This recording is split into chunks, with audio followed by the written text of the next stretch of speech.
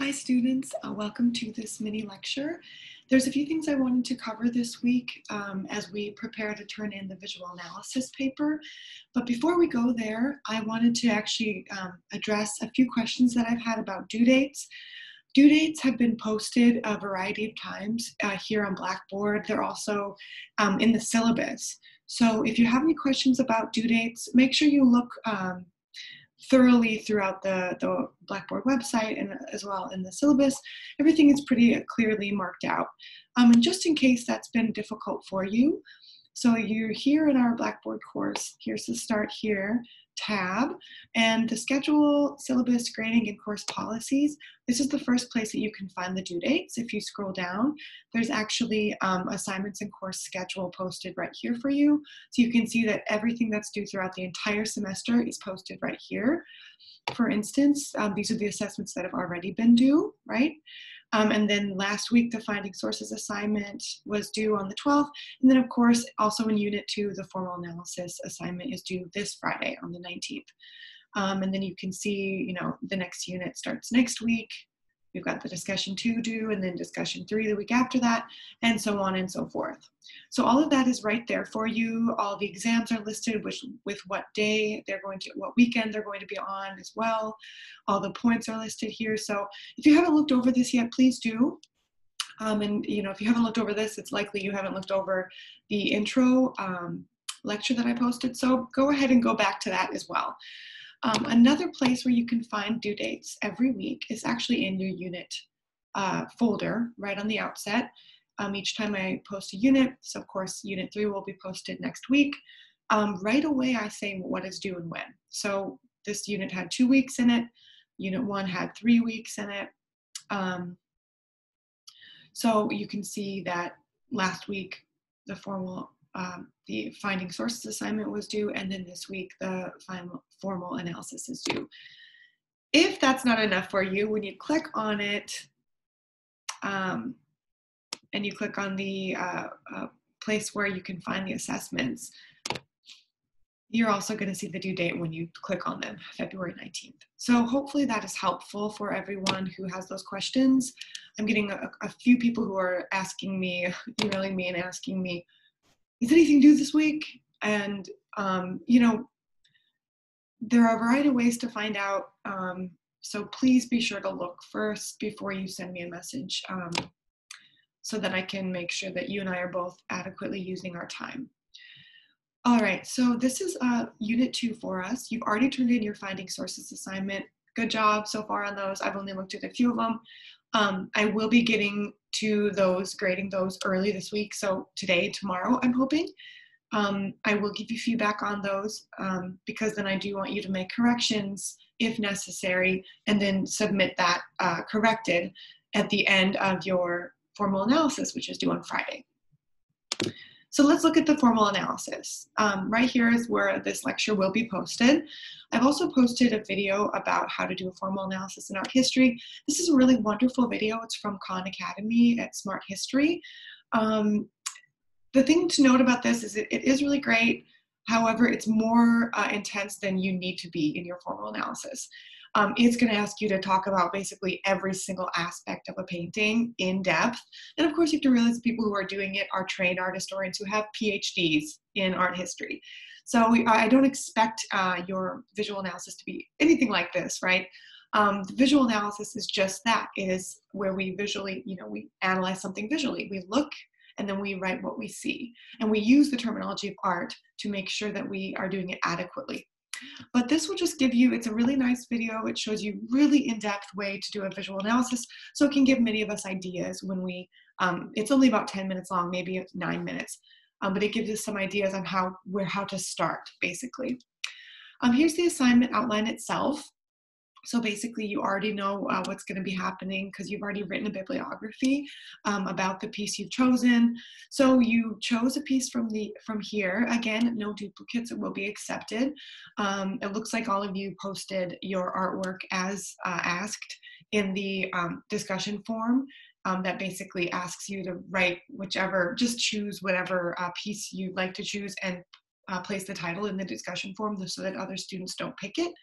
So if you haven't already done that, please do it. Make sure no one else has the same as you. Everything then from here on out is a little bit new. So you'll actually, with your artwork in mind, you'll do a visual analysis. So you'll open the Learned Art Terminology template, and it's right here. And I want you to look over all these really wonderful terms.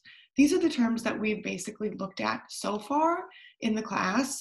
There's more than we've looked at, but it's, you know, just kind of worth it to put all of them in there. So there's plenty of terms and they're all laid out for you. So that's kind of a nice thing to note, is you can find them right here. And once you've looked at that, then I want you to open the template. And I do have written here, you're required to use at least 5 definitions correctly in your analysis. This is a very small amount. In the past, I've asked for 9 to 10.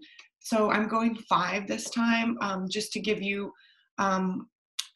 so it's not so much to bear for you, because I did have you do the bibliography, which was probably a little bit intense for some of you. So you are required to use 5 of these definitions correctly.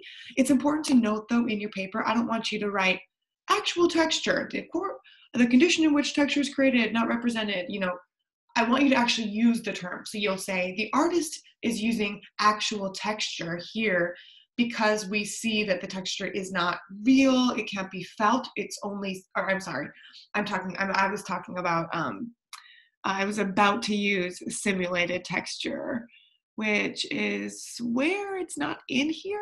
Oh goodness. Visual texture. So actual texture, if we actually have something that can feel and touch, that will be, you know, have a texture, will have not just the illusion of texture, but a real texture. So you would use that in such a way that it would be actually in your sentence rather than just defining it and, you know, laying it out for me. So I want to see that you know how to use terms and use them correctly. So you must do this 5 times, and I'm asking you to either underline or place the word in bold, just so that it sticks out to me, so that I can find it easily and say, okay, there's 1, there's 2, there's 3, there's 4, there's 5, there's more. So please do that. Be sure to do that. Basically, you're going to begin to describe your selected artworks using the template that I posted here as well. So the next thing you'll do is open that template. I've already got it open, actually, right here. So here's the template. It's really simple. It really guides you through what is expected in the assignment. Again, this is a formal analysis. I know I asked you to make a bibliography, which does entail research, but that is just because I think that's a good skill. This is not a research paper, however. So here you're going to just be looking at the artwork and formally analyzing it. That is to say, you will be talking about it using the terms of art, using the specific stuff you looked at a couple weeks ago, elements of art, principles of art, and using those correctly as you write about a piece of art. So you'll introduce the work, of course. Make sure that you say, you know, the artist's name, the title of the work, the medium, and the year. You know, these are very essential things that should go right at the beginning. Give a brief summary or overview of the work, of the subject matter. Briefly describe anything distinctive about the work. Now, this is the part of the paper where you can actually use some of your research. Now, it's clear, I want to be clear, I'm not making you. I know you have your bibliography, so you might as well use it. You might as well look up a few things, use the things that you've already looked up to write a brief description using those.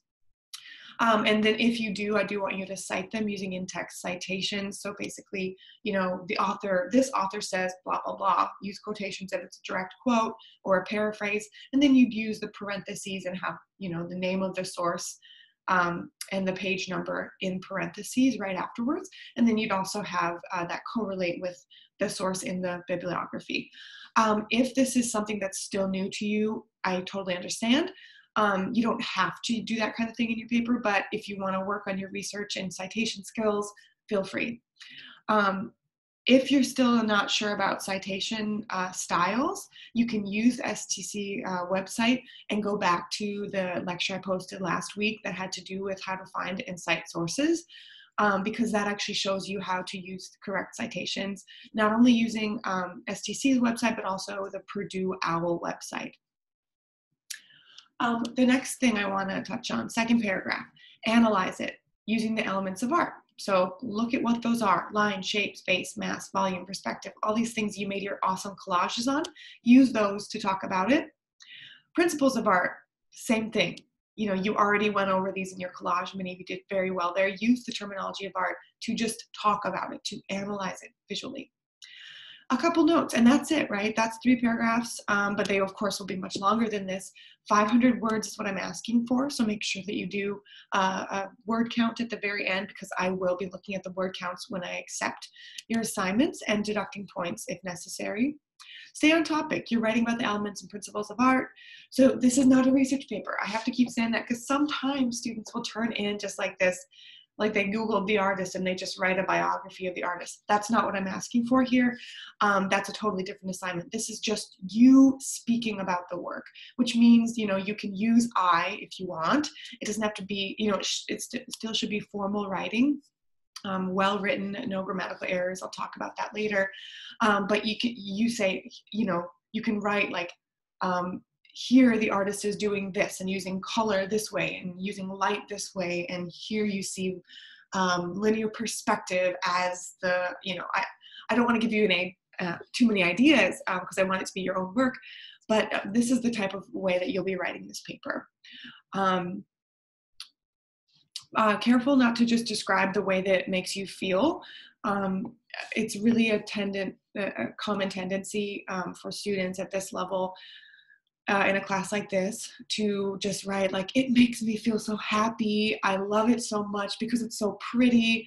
Well, that doesn't actually tell me anything about it. It tells me what you feel, but that's not what the paper is either. So it's not a research paper. It's not a feelings paper. It's describing what you see and using terms to do that. As I said, 500 word count minimum for the most amount of points. That excludes the bibliography. That's not included in your word account. As I said, you're required to use at least 5 art terms, and make sure that you use the terminology from the Learned Art list, but in your own words. Don't simply restate the definitions. You actually have to use the terms correctly in the body of your paper. Again, underline and use bold so that I can easily find those terms. Do not change the format of the provided template that you see here. Attach your bibliography from last week's Finding Sources assignment as the second to last page, because of course on the last page I want you to attach a reproduction of the work, the artwork that you're looking at, so that I have it right there for me. Make sure it's a real image of the piece, not an artist's reproduction of the artwork. So actually use the website that you found it on that was assigned earlier, and make sure it's a real reference to the artwork. Corrections to the Finding Sources assignment should be made if necessary. So I'm going to be giving you feedback on your Finding Sources assignment within the next few days. If you got it all wrong and you used Wikipedia or, you know, things that aren't peer reviewed like that, I'm going to say, you know, this doesn't work, and then you can actually get those points back if you do it correctly the second time. So if you don't have any corrections to make, just attach it at the end. Very good. And I'll let you know in my feedback if you have corrections to make. If you do have corrections to make those corrections, and then I can update your score for last week's Finding Sources assignment, and you can actually get the points that you lost. So it's kind of nice because it's a work in progress kind of thing. So last week it was your first try, and this will be your second try. All right, edit your writing for grammatical errors, please. I'm going to go over some writing tips in a second, and submit the work as a PDF or a Word document. So please, no other documents, no Google Docs, no pages, no nothing like that. Convert it to a PDF or a Word document, and that's how you submit the work. So here's your template. Pretty simple. I'll go back to Blackboard. And then the very last thing I've put down here is actually writing tips. See if I can find it for you. I have it somewhere. Here we go. So these are general writing tips that I've actually come up with over the course of years teaching classes like this, where I have students, this class and art history classes, where I have students turn in papers and essays. These are just general writing tips.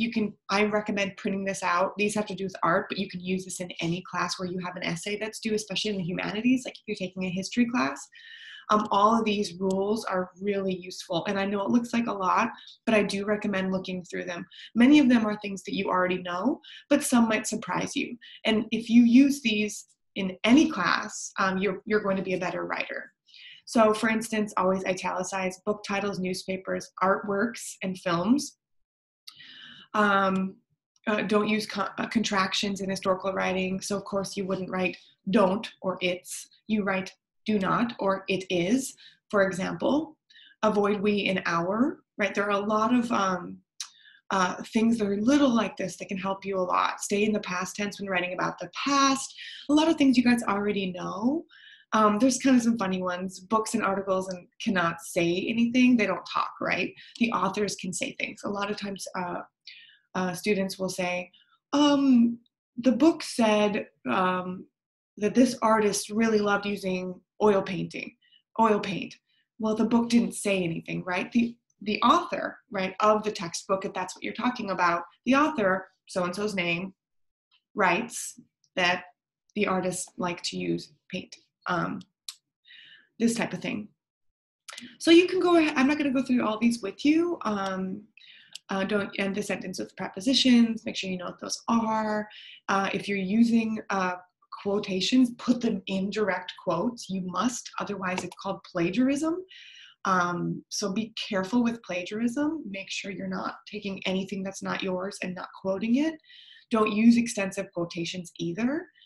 Make sure that if you use quotations, it's just, to make a simple point and then you move on. Homonyms, make sure you're spelling things correctly. I said I wasn't going to go through these, but I am anyway. Anyway, you can take a look. One of the last things I did want to mention is number 15. One of the most important rules, which seems really easy, but actually it's very difficult, increasingly, I think, in our culture because we are so used to texting. When I'm writing, I'm not speaking, right? I break all the rules that you see on here all the time when I'm speaking, and so do you when I'm writing emails, but I don't break any of these rules when I'm writing papers. You have to avoid colloquialisms. Now, these are parts of speech that are basically day-to-day phrases, slang, these types of things. They don't belong in academic writing, and they make you look really unprofessional, just more broadly. So, these are also skills that will help you more broadly. These are transferable skills for your day-to-day life when you're trying to get that job, when you're writing a letter of interest for a job, when you're writing your resume, all these things. It might seem simple, but for instance, you wouldn't write female artists and artists of color were like totally excluded in some really major ways for participating in stuff that was totally necessary to enjoy a kick-ass existence, end quote. Of course, you wouldn't write that. That's a ridiculous example. But it merits bringing up because I do see it a lot where students won't go to that extent, but they'll write really kind of slang, silly stuff, and it does not belong in academic writing. If you are that type of writer, just go back in afterwards, proofread, and cut out all the stuff that's not needed, right? All those silly slang words that aren't necessary. So instead, if you wanted to say that same sentence, you would say, female artists and artists of color were excluded from participating in the arts, right? That's what you're trying to say. So anyway, that's a big rule that I think is really important. Perhaps the most fruitful way to do this is to read through these and then go ahead and go over your paper. Have a friend or family member look over your paper as well. If they find any typos, that's easy, right? If they find any grammatical errors, that's easy. You can also go to the Writing Center at the CLE in the STC library and send them an essay. I think that they want you to get it to them at least like a couple days before it's due. So make sure you do that early in the week if you're going to. But the most important thing I do recommend as well is reading the paper out loud to yourself. So when we write a paper, and when we're reading a paper in our heads, quietly, your brain will fill in the mistakes because your brain knows what you want to say, right? You wrote the paper. So even if you have a double word or you forgot a word or something like that, your mind will fill it in. But when you read it out loud, it's a slower process. And so actually you will catch those things because if you read it out loud, you can't fill in the blanks. So read it out loud. I know it seems weird and maybe your family members will say, why are you talking to yourself? say, I'm just proofreading my paper. It's highly recommended. And then look how many things you find, okay? And make the adjustments necessary, because this will be part of the rubric as well. So once you've done with all of that, the formal analysis drop box is right here. You just click on there. And then the rubric is here as well for you. So you can see exactly how it's going to be graded. Paper length and format, right? Less than 300 words, you get a 0 for this amount. 300, 400, 4 to 5. And then if it's right on, you get the full points. Elements of art, worth 25%. Principles of art, worth 25%. Art terminology, you know, depending on how many terms you actually use, you get points there. And then grammar and spelling is actually worth a point out of 10. But you know, it's only 10 points. So if you do badly there, that's 1 full point that's off. Even if you have a perfect paper, but you have a bunch of grammatical errors, you'll only get a 9 out of 10. So please take a look at the rubric before you submit as well. Again, this is due on Friday at midnight. Let me know if you have any questions. I think that's all I had to go over with you. I'm happy to talk. Blackboard messages, it's a great way to reach me. Create message, and then you send it on. Email, of course, is great for me as well. Let me know if you have any questions. Enjoy your week, and I will talk to you next week.